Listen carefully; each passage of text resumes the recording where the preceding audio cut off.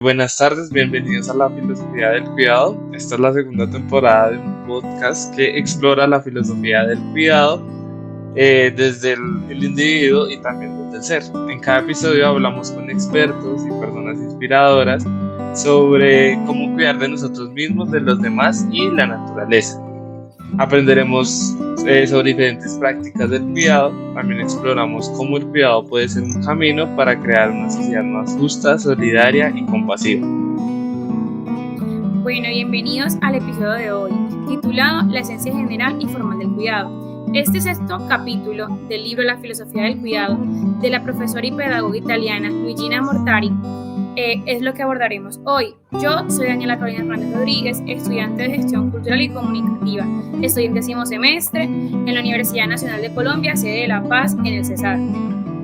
Y yo soy David Arturo Tapias, soy estudiante de Economía de la Universidad Nacional de Colombia, de la sede de Bogotá. Hoy tenemos como invitado muy especial al profesor Marco Valera. Si quieres, cuéntanos un poco quién eres, tu profesión, qué ejerces. Cuéntanos un poco de ti. Bueno, buenas tardes.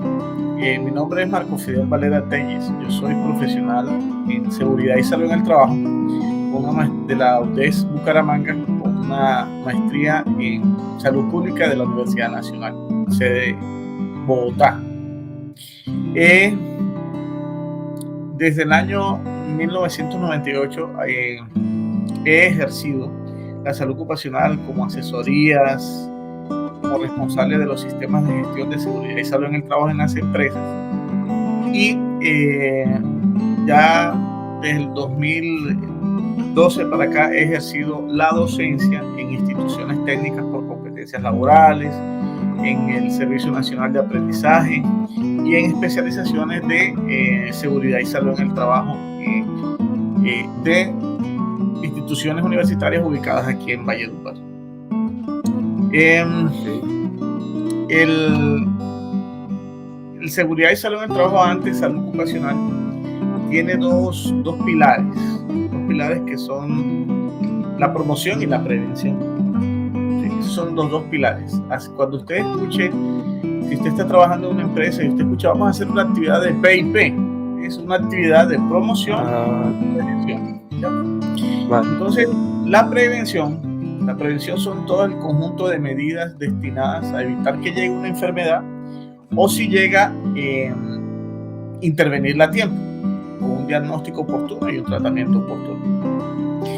La promoción es a través de actividades, publicidad, todos esos esquemas de comunicación, se llegue a la población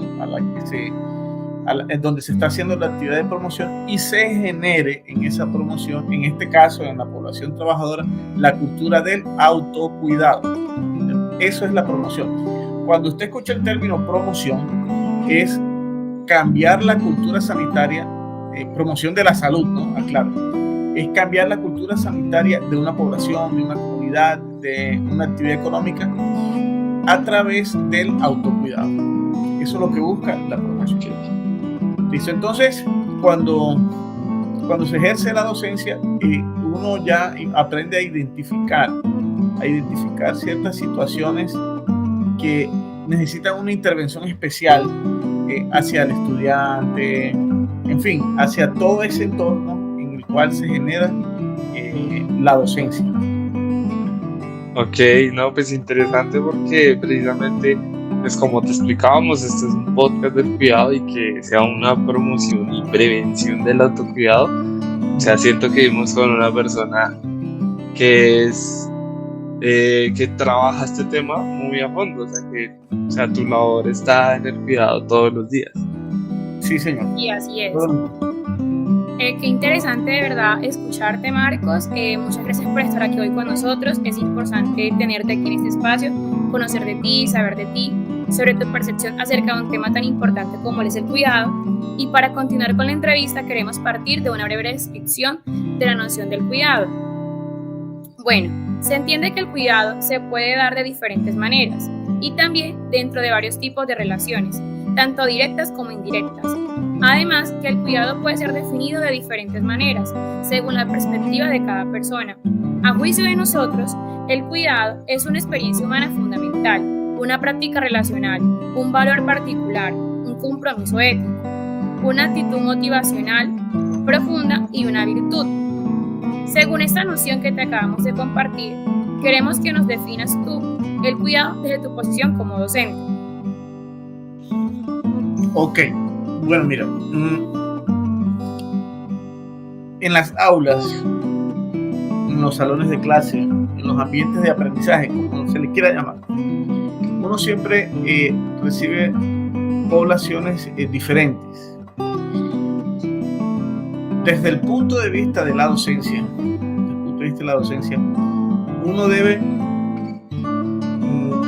uno empieza a percibir cómo son las conductas de esos estudiantes frente a la necesidad de aprendizaje. Cuando uno llega como docente, uno empieza a clasificar y empieza a mirar los estilos de aprendizaje. Este es más lento, este es más despacio, este es más rápido.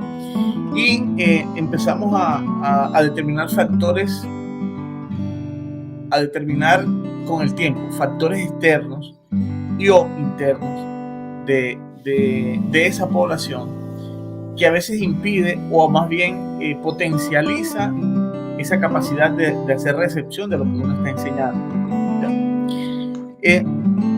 Siempre, a veces, lo primero que tenemos que tener como docente en el tema del cuidado es cómo nos cuidamos nosotros como docentes. Entonces, por ejemplo, si yo llego bajo el efecto de sustancias alucinógenas o farmacodependencia o alcohol, lo que uno le dice, yo llego muy enguayabado a dar clases. Entonces, el concepto de autocuidado ahí, de cuidado interno, no aplica. O sea, yo no estoy dando el ejemplo a esa población a la cual estoy llegando en lo referente al cuidado. Entonces, lo primero es eso, mi cuidado interior. O sea, cómo reflejo yo ese cuidado frente a mi población. En este caso son los estudiantes. Entonces, lo segundo es, lo primero es en lo interno. ¿Cómo lo manifiesto yo? ¿Cómo lo somatizo yo?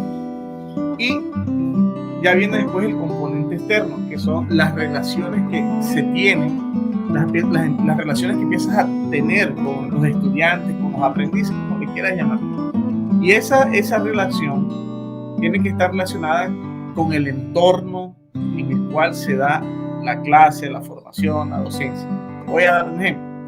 Si yo estoy dando clases en Valledupar y en el salón no hay aire acondicionado y tenemos una temperatura de 39 grados y yo tengo 30 alumnos, la percepción del conocimiento, el aprendizaje va a ser deficiente respecto a una condición ideal con una temperatura promedio baja, ¿sí? Entonces, ese factor externo, ese entorno en el cual se da el ejercicio de la docencia también influye. Entonces, esa es la posición que tenemos. Yo como profesor, como docente, como instructor, 1, 2, esa población que yo tengo que no es tan homogénea como yo quisiera que fuera. Y tercero, el entorno en el cual se da ese proceso de educación o ese proceso formativo, como se le quiera llamar. Entonces, esa definición de cuidado, cuando uno define el cuidado, tiene que ser tripartita. O sea, tiene que estar en el enfoque, es el enfoque desde el punto de vista de autocuidado frente a las necesidades de una población en un entorno donde se está dictando ese conocimiento. ¿Ya? Vale, entonces estamos hablando de que el cuidado tiene que venir no solo el docente, sino en general también desde la institución, porque eso también habla mucho de las condiciones en las que están los estudiantes tomando la clase. O sea, lo que mencionabas, tú, Marco, de las condiciones del salón también depende mucho, y también del contexto de cada persona depende cómo se va a ver reflejado este cuidado. Entonces esto se me hace muy interesante.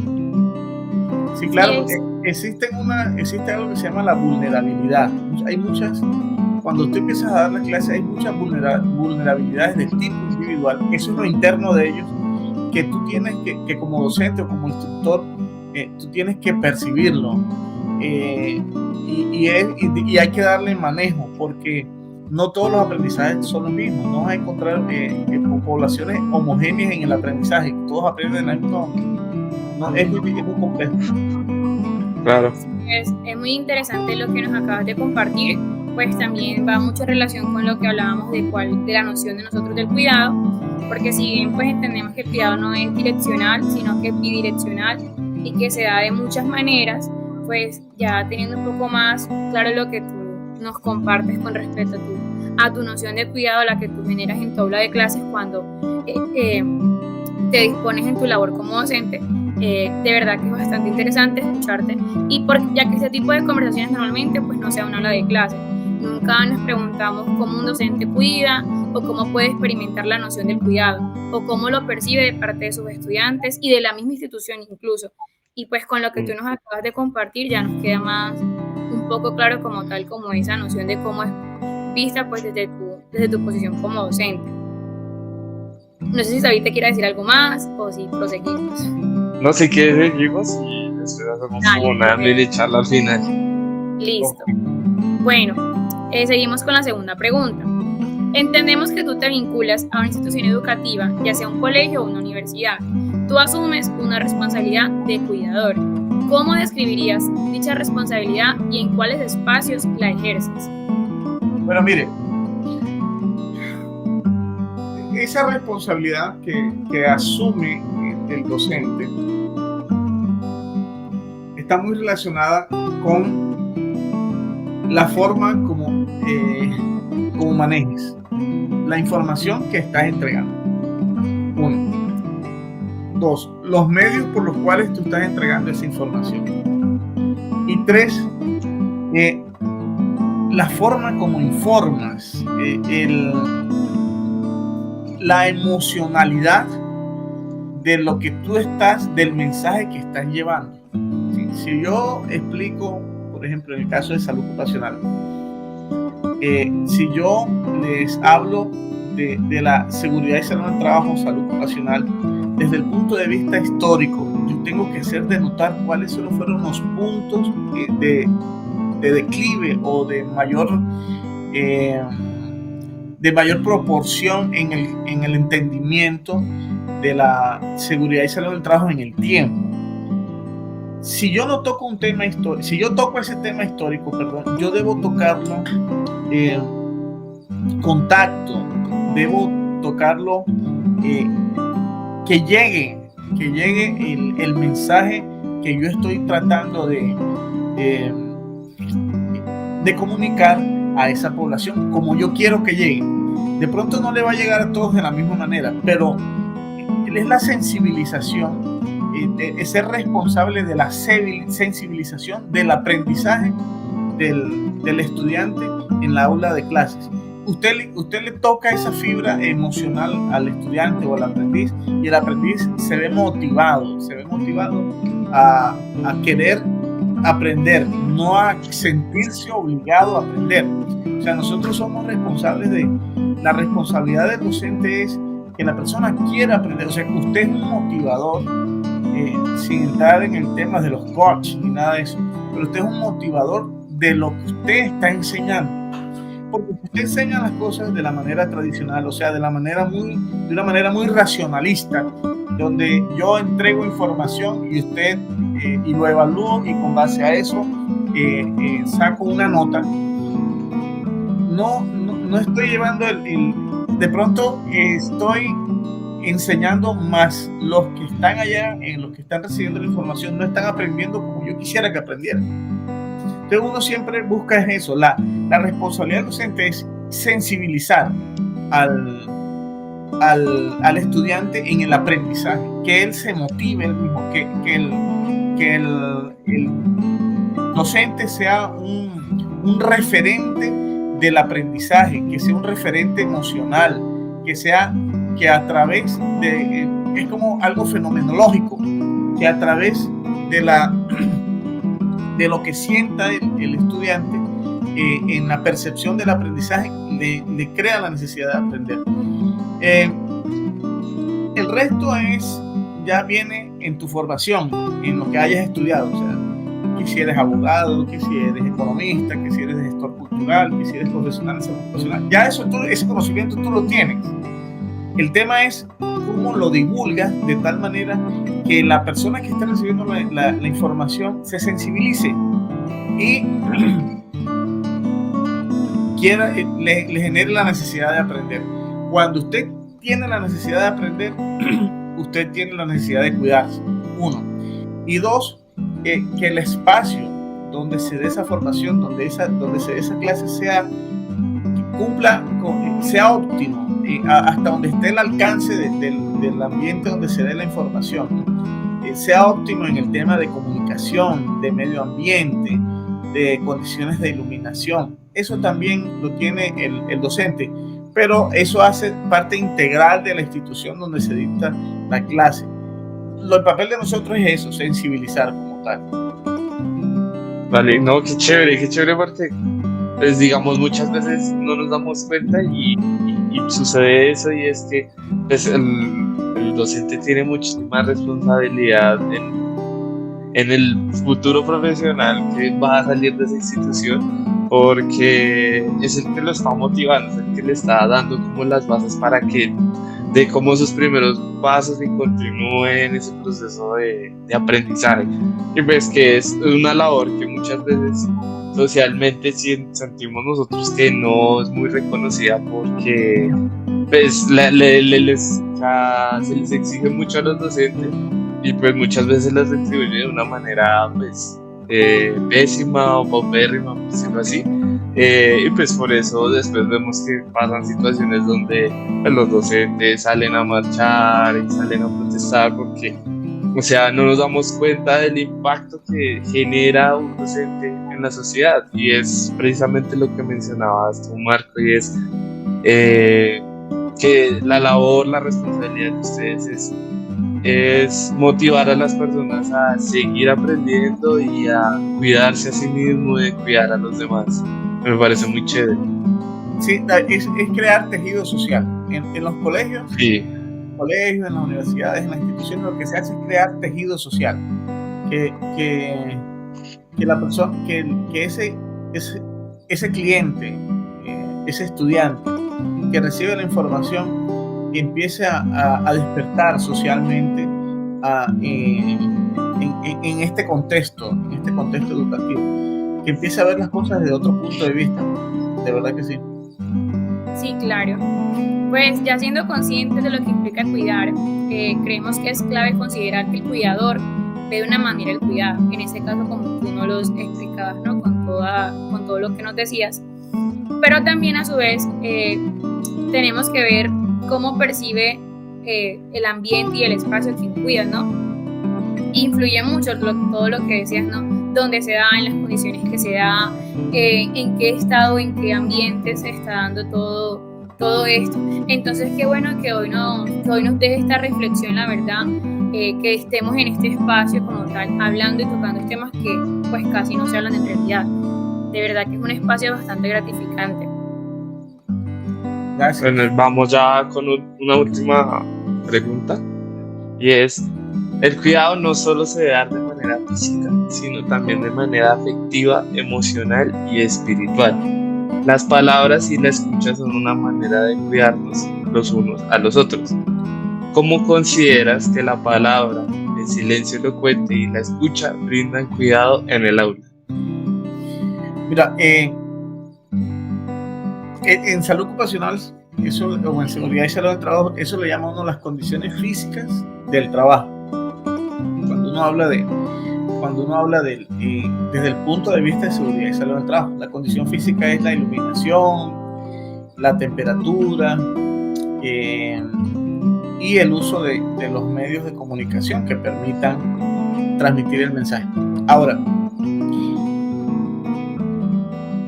¿cómo hago yo como docente para aprender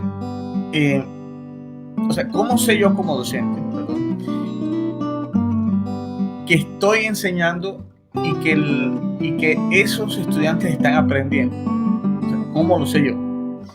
Es aprendiendo a escuchar, ¿sí? Yo puedo llegar con una cartelera, yo puedo llegar con 60 diapositivas, con ChatGPT, con Canva, con todo lo que tú quieras. Yo puedo llegar y darle diapositiva, y darle a la diapositiva, y darle a la diapositiva, que llegará un momento en que el estudiante se satura, ¿sí? Entonces, en el aprendizaje tiene que haber un silencio que permita el análisis de lo que yo estoy enseñando. Si ese silencio no lo hay, es complejo el aprendizaje, porque y me atrevo a decirlo, que son contados con los dedos de la mano las personas que quieren aprender con ruido. Es complejo. Sí. De hecho, nosotros, para concentrarnos, necesitamos un nivel de silencio tal que permita esa concentración. Es un nivel de presión sonora mínimo que permita generar concentración. Entonces, ¿de qué depende ese silencio? Primero, que yo como docente aprenda a escuchar cuáles son las necesidades de mis estudiantes, necesidades grupales, necesidades individuales. Y el aula es un espacio donde debe haber análisis. O sea, que yo te entrego una información como docente, yo te la enseño, yo te digo cómo se aplica, pero tú en el ejercicio del análisis necesitas concentrarte. Y para concentrarte necesitas silencio. Tú no te puedes concentrar con ruido, con bulla, como dicen vulgarmente. No, necesitas silencio, necesitas el mínimo de ruido, de sonido, para poder concentrarte. Entonces, ahí hay un tema que nosotros como docentes no sabemos qué va a suceder. Nosotros estamos encontrando, por ejemplo, en el uso exacerbado de medios de comunicación, de lo que se llama videoterminales portátiles. Los videoterminales portátiles son los celulares. Hemos encontrado en ese uso exagerado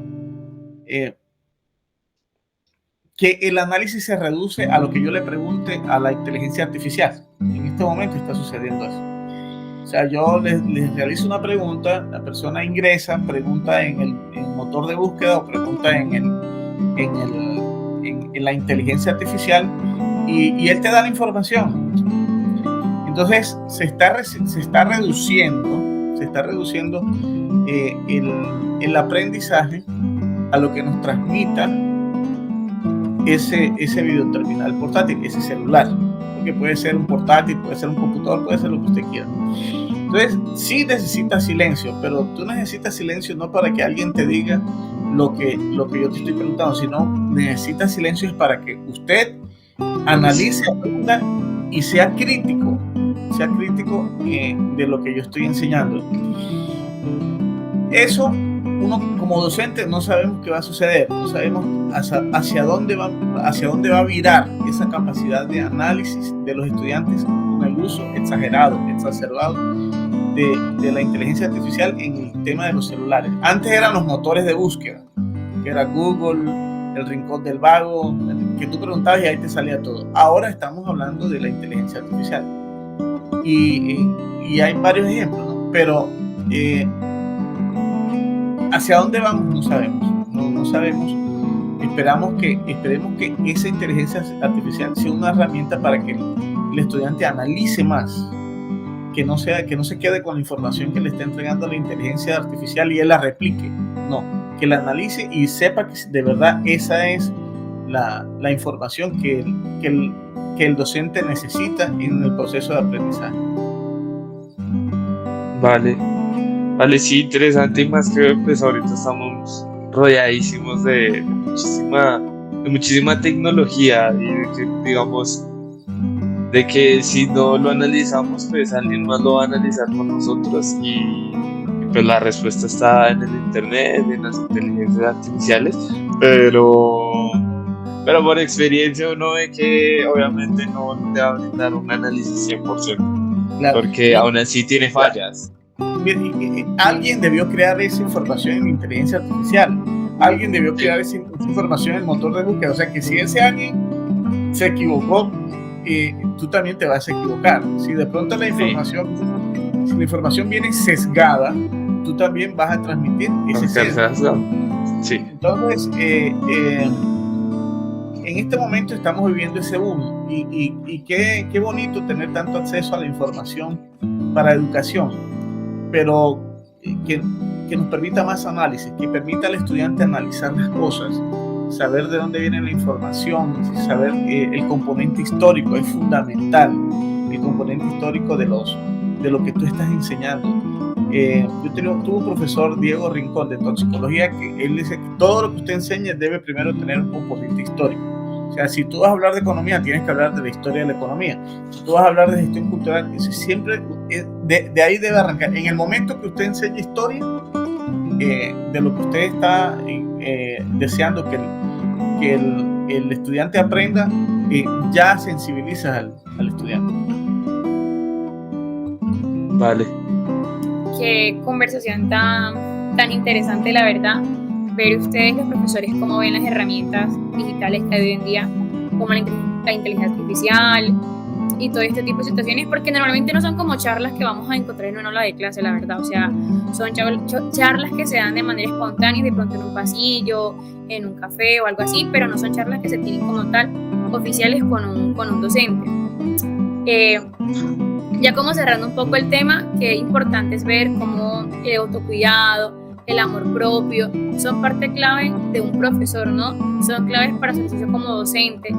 Si tenemos en cuenta que su encuentro con los estudiantes son encuentros de amor, de trato digno, de formación, y que en todo tiempo hay un aprendizaje con respeto al conocimiento, pero también a la construcción de relaciones y al ejercicio de ciudadanía, ¿no? De lo que hablábamos de formar y de que ustedes sean como un incentivo a que uno quiera seguir en el proceso de aprendizaje continuamente, de que sean personas que nos brinden como las herramientas para que queramos seguir en ese proceso de formación y de aprendizaje continuamente. Entonces, de verdad que es muy interesante todo este espacio, escuchar ambas percepciones, ver cómo se da el cuidado, entender que el cuidado se da bidireccionalmente y que hay muchas situaciones y muchos factores implícitos para que este se dé, ¿no?